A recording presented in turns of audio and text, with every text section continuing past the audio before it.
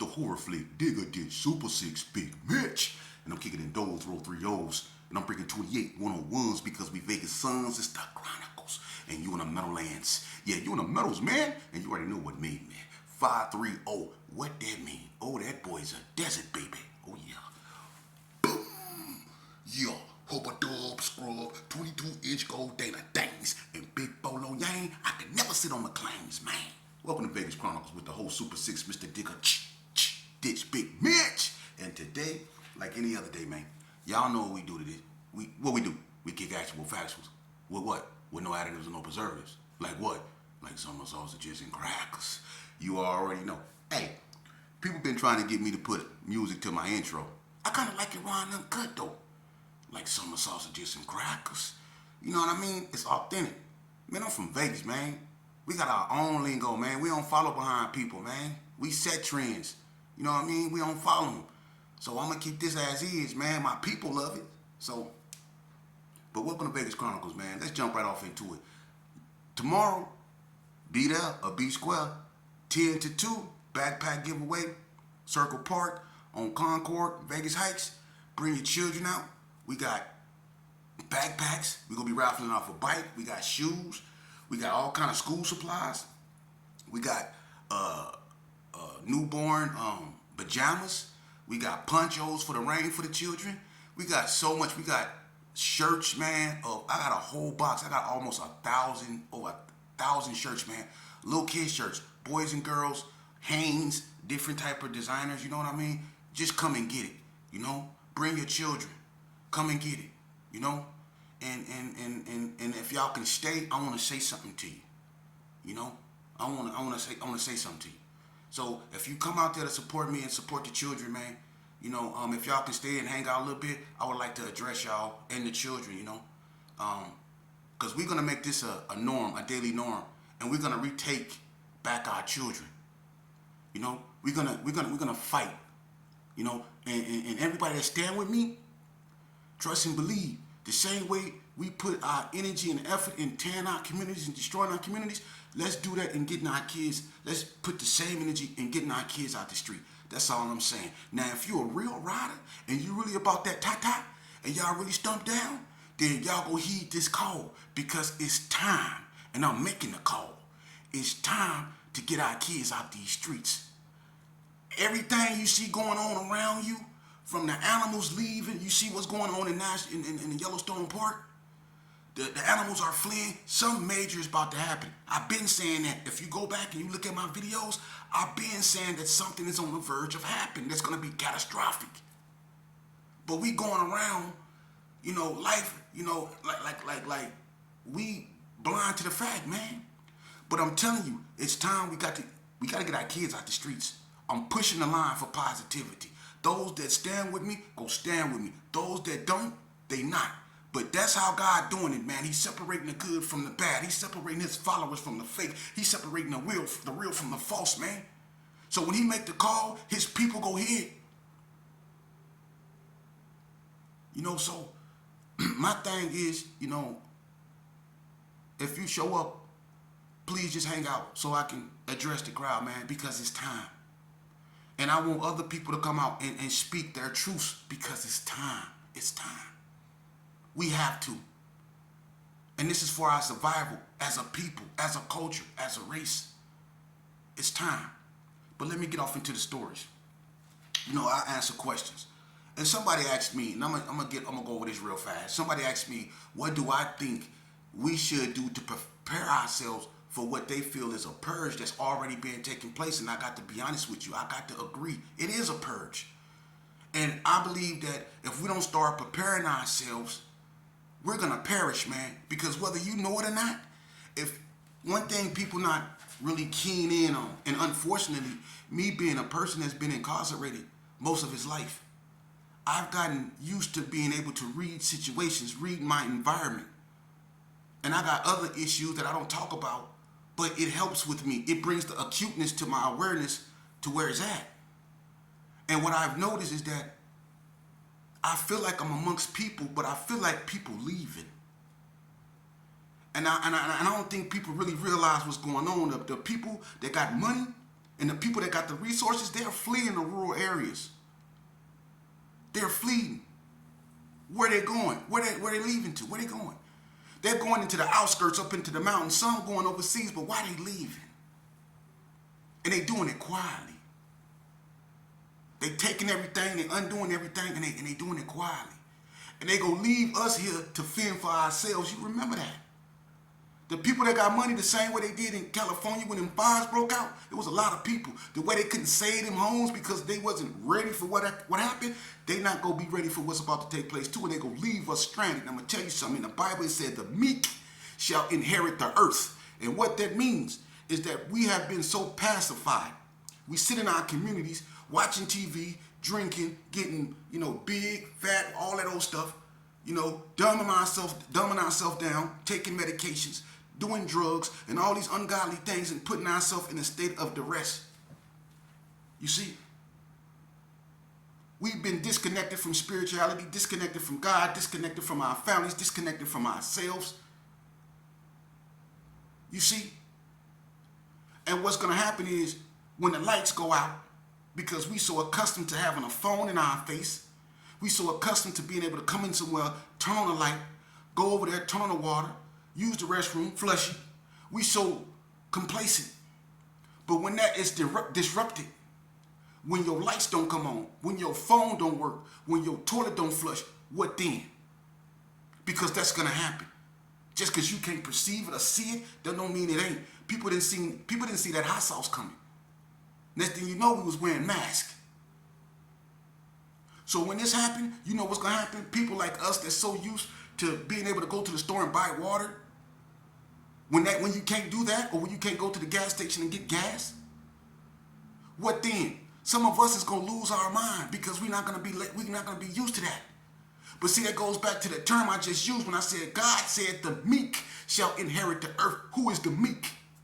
The meek is the people that's in them tunnels, that's used to living without sunlight, that's used to living without hot water, that's used to taking baths without showers. See, they've been living in tunnels. They've been living off the land. They know how to do it. They know how to go without. We don't. So they gonna be over us. They gonna be the ones that can see in the dark, the mole people. They gonna be the ones, them bums y'all walk past and roll past and look down upon. They gonna be the ones that's gonna be over y'all because they used to the despair. They used to living in ruins. We're not. And that's gonna put us at a disadvantage. Think about it. So what I think you should do, start off by getting you some walkie-talkies. Y'all so caught up with these phones, but when them phones don't work, what's going to happen? I think every father and mother, if they in sync, you should, and at least get your children. They don't cost that much. Go get y'all some walkie-talkies so y'all can keep communications. That's the first and foremost. Go get you some walkie-talkies. Get you a medical kit. Everything I'm telling you, you can look up online. Get this stuff in your house. Medical kits. Water filter straws. They got straws that you can drink out of anywhere, and it'll automatically filter it. You're going to need that because you're going to be drinking water out of places you never thought you would. When it get down like that, yeah. You see? And y'all need to have exit routes. Routes y'all need to take just in case of emergency. You see what I'm saying? You need to have contacts. You need to start preparing yourself, man. Start stacking up on soups and non-perishable items, man. Canned goods, water, and stuff like that, man. Get y'all filters and stuff like that, man. You got to start preparing, and I'm not trying to scare nobody. I'm telling you the truth. Why you think when y'all roll by these so-called white folks, they got on camouflage, they got these big old trucks with 2 gas tanks on the side of them? That's what they're investing in. Y'all look at these white people and some black, they getting these big old trucks that's made to travel, to move, because they know. And these the same white folks that don't come into the rural areas. They don't live amongst us. They live way out on the outskirts. They live way out on the outskirts. And the ones that's growing their own food and got their own farms, them the ones that's going to be self-sufficient. Now, that takes us back to the early 80s, 70s, when our grandmas, and you wonder if you went in Vegas Heights or on 40 block on a historical west side of Las Vegas and in Wrigley Estates in Valley View and other places, one thing that we all can attest to is that our grandmamas had gardens in the backyard. Am I lying? You can walk in Vegas Heights and they had fruit trees just growing, grape trees. They had those, what's those things that kind of like little peaches? You know, y'all know what I'm talking about. Pomegranate trees, all kind of nectarines. They had all kind of trees, you know what I mean? Fruit. And my grandma, she grew melons. She grew mustard greens. She grew cabbage. She grew cucumbers. She had a sunflower seed tree. She had all kind of fruit trees and vegetables in her backyard. My grandma did this her whole life while working 3 jobs. My grandma had 3 jobs and a garden in her backyard and cooked every morning. They don't make them like that no more. You see? But we got out of that. We got to get back into that, man, because that's the only thing that's going to hold us up. We can't keep relying on the government. You see what they doing? We got to come together, man. So that's my recommendation. You know, some of it when it comes to what we should do, you know, when it comes to this so-called purge that's going on. I think we all as a people, we got to do something, man. And like I said, the meek shall inherit the earth. You remember them words. You remember them words. Everything I'm saying to you will come to pass. Watch. But we're going to move on from that. But I'm going to start getting into that a little bit deeper. And I'm going to start getting into how they manipulated us. Oh, I'm going to get to the nitty gritty. I'm going to move on slowly from Vegas Chronicles and I'm going to start showing you the making of a gang member and how we became gang members due to society and the things that they sending out. Could be like from Slip Mouth Liquor to Brass Monkey to Old English. From Run DMC, Dougie Fresh, and Slick Rick them, Beastie Boys to Eazy-E. From Cooley High, What's Happening Now and all that stuff, to Colors. I'm going to show you how they systematically changed the thought process, the culture, the music, even the liquor we drunk. It was all pre-planned, man. It was all pre-planned, and I'm going to get into that. But what I want to talk to y'all about is, someone asked me, was it hard for Hispanics and whites in the penitentiary when it came to gangbanging? Like, did the whites or Hispanics have problems with their own people because they were claiming black gangs? Unlike California, see, the thing about Vegas and Nevada prison system is that it changed dramatically throughout the years. Like, for instance, back in the 70s and 80s, the whites, you know, they had the A-dubs, they had a strong presence in the system. And they had help from the COs and certain parts of the administration.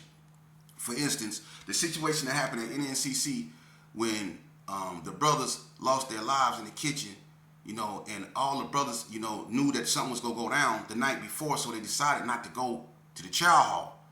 But of course, you have those individuals who just can't miss a meal, that didn't want to hear that didn't want to stand with the other brothers, and they went up in that kitchen anyway, and they didn't come out of there. And the situation with Doc at NSP and Paul Mason at NSP, they were both unalived by whites. Back in the days, the whites were really taking out brothers, you know, and it took the gangs to come up in there, like the Parus, the Playboys, the GPKs, the GQs. They came in the prison system, you know, and at that time, the blacks was ran by what was known as the Black Warriors. But the Black Warriors, you know, I'm not going to speak negative of them because all of them didn't partake in what they were doing, but some of the Black Warriors were violating, you know, younger black inmates. And it made the gangbangers turn on the Black Warriors. And that caused a big old skirmish, but at the end, the gangbangers won. So it was a new reckoning in our prison system, and what was allowed to happen back then wasn't tolerated no more. The gangs brought a new form of violence. So what happened is, the more the gangs came up in the prison system, the more violent the blacks got on a whole nother level, which eventually overtook the whites, you know. And the whole prison system changed. You know, now when whites and Hispanics come in, like you have like Country from White Street, he white. You got Vato Wap from the Gerson, he native. You have a whole assortment of other people that's mixed or white or black. They don't really have issues like that because unlike California, the Sureños and the whites don't dominate. And I'm not saying they dominate in California, but I know they press that play card real tough when it come to their people, especially their people that's on black side. You know, I know they keying in on them. They put the green light on them off the top. You know, but out here in Nevada it's different because the Sureños, before they really make a move, they think twice out here because they outnumbered and they don't win a lot. And I'm not saying they soft. The Sureños is the biggest threat in the system because you never know when they go attack. They go always probably be the biggest threat because they more organized than everybody. They more in tune with everybody, and they get their orders from out of state. And whatever that order, whenever the order come in, they gonna make that move, regardless of what it is. So they the most unpredictable in the state of Nevada, and they pose the biggest threat because you never know when they coming. You see? But as far as them, you know, like Vato Whack, when he first came in, he had issues with the Sureños. And we went down there in Unit 3 and put that right on out. Because they thought he was a Sureño by the way he looked. You know, you would mistake Vato as being Hispanic, but he's actually a native. So when he came to prison, Vato had on Chuck Taylors. He had on a neck cap. You know what I mean? The way he had his shirt, he kind of looked like an essay. So when we came down there, you know, Vato Whack was banging on him. Herbert Gerson Park was banging on him, right? We came down there. They looked. They were like, "Oh, he with your what's happening?" Nothing. Am I lying, Whack? They kick rocks because they knew you make a move, you go lose. There's too many brothers around here, man. So no, they never really have problems claiming black gangs like that. Nah. It make it easier for them because a lot of people, a lot of whites and a lot of Hispanics don't want to be up on the white car or the Hispanic car, and they'll not be like have no type of gang influence, but they don't want to be racial. You know, they might have a black child. They don't claim black gangs, but they might mess with black women. I have black friends on the street, so they don't want to get with that racial stuff. So what they'll do is they'll start functioning with the blacks. You know, that's how a lot of whites is, and they won't even claim no particular gang. They'll just function with the blacks. One of the hardest bloods that came in the system from the shoulder, one of the hardest bloods, was a cat named Big Looney from Reed Boys, a white boy. And I remember a day by Unit 6, and there was a CO named Lynch. He was black. I remember the Sureños got into it with Big Looney, and Big Looney used to hang out with some white boys, but he used to always hang out with the Filipinos too. People didn't know that flip side, Pinoy boys. The Pinoy boys, they bloods. I never knew that because I grew up with the original ones, like they OG, the head, the face of the Pinoy boys is a heavyset Filipino dude named Gang. I knew Gang, Otto Kaufman, Scrappy, all them. They flip side Pinoy. And I remember when the Pinoy boys formed an alliance with the Little Locos and started calling themselves Pinoy Locos. And that's when the Sanchucos had a subdivision called the Pachucos. You see? So the Pinoy boys, I never knew to be bloods, but over time, they went that route. And in prison, that's who Big Looney used to hang out with. And they got into it with the Sureños in Unit 6, and Big Looney whooped their whole cop by himself. And when they had him handcuffed and they was taking him up out of there, he was still talking bad. Ask anybody if I'm lying. He was still talking bad. He whooped about 4 Sureños in Unit 6, Big Looney, by himself. That white boy that fought hard. Still do. Big Looney. Ask anybody. So when it comes to whites claiming black gangs, nah, that's not. They don't have a hard time in prison. A lot of whites and Hispanics they claim black gangs. To be honest with you, that's some of the best time they done probably did. You know, because the blacks are not organized. But it's a lot of them, and they quick to come in sync. And when they do come in sync, it's bad. And I'm gonna tell you something. That's the real reason why they started that level system. Jackie Crawford was the director of prison when they brought the level system in. We seen them putting up the gates in Indian Springs.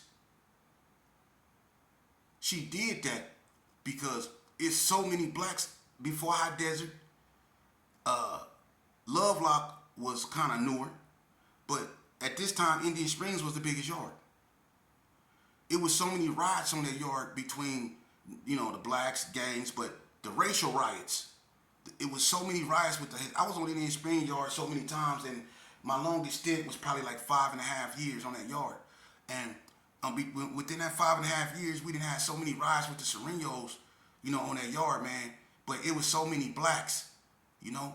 So when we get into it with them, it'd be so much carnage. It'd be so many bodies laying out everywhere, so much blood and all this stuff, man. They got tired of that, man, and it was because of the blacks. It was too many of them. That's why that level system came, and it was the control of numbers. So it made it a little fair when something jumped. Like if something jumped down here between 2 and 3, it'll make it a little fair. Because if the whole yard was open up, I'm just being honest with you. Yeah. But now, let me tell you something, man. I want to tell y'all a story. I remember I was in high desert, and I'm telling you this for a reason. I remember I was in high desert, and I had this celly, man, and he was an old, taller dude, and this right before Doom Buggy became my celly, and I was this right after they got Sabir and Brother Deshaun, with the Muslim rugs and the drugs and all that stuff. They bust them, right? So they got me in the room. Now I didn't manage to get the oil and all that stuff, from the boy JoJo. He was trying to steal it. I caught him. I get the oil and a bunch of stuff that belonged to Sabir. He was the imam of the Muslim community. So I got a bunch of his stuff, right? So my celly name was Snap. I think Snap was from Crenshaw Mafia. He an OG. And they sent him up north. And I was in the room by myself because we was locked down because it was a major bust. So they put this old cat in my room, man. He was a nobody. I forget the dude's name, but he was an old tall dude, had missing teeth, you know what I mean? And old rough looking dude, like he stayed out there on a bridge somewhere. But he was cool, he didn't bother me, he was quiet. I was institutionalized, so I didn't really too much mind that dude. Just don't say nothing to me, don't breathe by me, just keep your distance, man. So one day, we eat breakfast. Where I stayed was in a new part. It was called High Desert Correctional Center. You have High Desert State Prison, and then you have High Desert Correctional Center. And units 9 through 12 is High Desert Correctional Centers. Unit 8 on back is High Desert State Prison. You had 2 wardens. You had Warden Evans over High Desert State Prison, and you had Warden Scalia over High Desert State Correctional Center. You see? You had Warden Baca under Nevins, and you had Warden Patterson under Scalia. You had 2 of everything, you see, on that yard. So when you're on a new yard, when you eat breakfast, you come out your room. When you on the other yard, like High Desert State Prison, you have to walk to the chow hall unless you lock down, right? So when we get up in the morning to eat breakfast, we eat breakfast. They send our food to our units. They got people that bring the food in. They unload it. They set it up. They call us out of our rooms. We have to stand against our room. Then we walk one at a time, one cell at a time to get our trays and go sit down, right? Now, when we eat breakfast, the sun's still down because it's like 5 o'clock in the morning or whatever. So we eating breakfast, right? And we go back in the room. And when we go back in the room, they usually open the yard up like at 7 something, right? But when we get through eating breakfast, 9 times out of 10, we go back in the room and go back to sleep. So that's what we did. We went back in the room, we went back to sleep. Well, this cat, he one of them dudes that can't miss a meal, eat everything they put on his plate. You know what I mean? One of them cats that was doing bad on the street, came to the penitentiary, got his nourishments up, and he one of them, right? So when we go back in the room, I guess he didn't drink too much milk. I guess he ate something and it was messing with his stomach. Now, mind you, I'm institutionalized. I don't like people, passing gas by me. None of that. You pass gas, it better not be in here with me. You rather tongue kiss a rattlesnake than poop in this room, boy. I'm serious. Look at my glasses. I'm serious. As you finna see. Now, what happened was when we was laying down, I guess it was time for them to open the door, but they didn't clear the yard yet. They cleared the yard and they let us out on tier time. If you got a job to go do, they let you out to go do that. You know what I mean? If you got to go to school, they let you out to do that. If you got a doctor's appointment, they let you out to do that, whatever. You know, but they open the tier up. But on this particular occasion, they was taking their time. This cat right here, his stomach started hurting. So he get up, he go by the door. Now, where we at, let me tell you what they did. They made it so when you flush your toilet, you can only flush one time. And you gotta wait 15 or 20 minutes to flush again. That means when you go to the bathroom, you gotta do what you gotta do until you get one flush. So 9 times out of 10, people don't try to use the bathroom with their celly up in there. Because that's punishment. But this cat right here, he really got to go. So he over there by the door, and I'm wondering, I don't like people, I'm on the bottom, one kid on the top, I don't like people standing over me. I done been blasted twice, so I'm messed up. So he get up, he's standing by the door, and I'm like, why you keep pacing? So I'm looking, I'm like, what's happening? He said, man, I gotta use the bathroom. I said, what you mean? He said, I gotta go, right? So I'm like, I get up, I'm like, well, they finna open the door, man, hold that. He like, man, I'm trying to, right? So he pacing. So he started passing gas. So I took my fan and I turned, and I'm looking at him like crazy, like, you know what I mean? So I turned my fan on high, and I turned it over there by him so the fan could blow all that stuff that way. I better not smell nothing. I ain't playing. I better not smell nothing, boy. You know, so we tripping right now.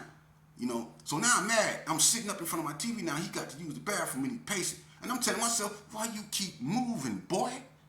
Stay still. You making it worse. And I'm telling you, if any fragrance of a fume come in my face,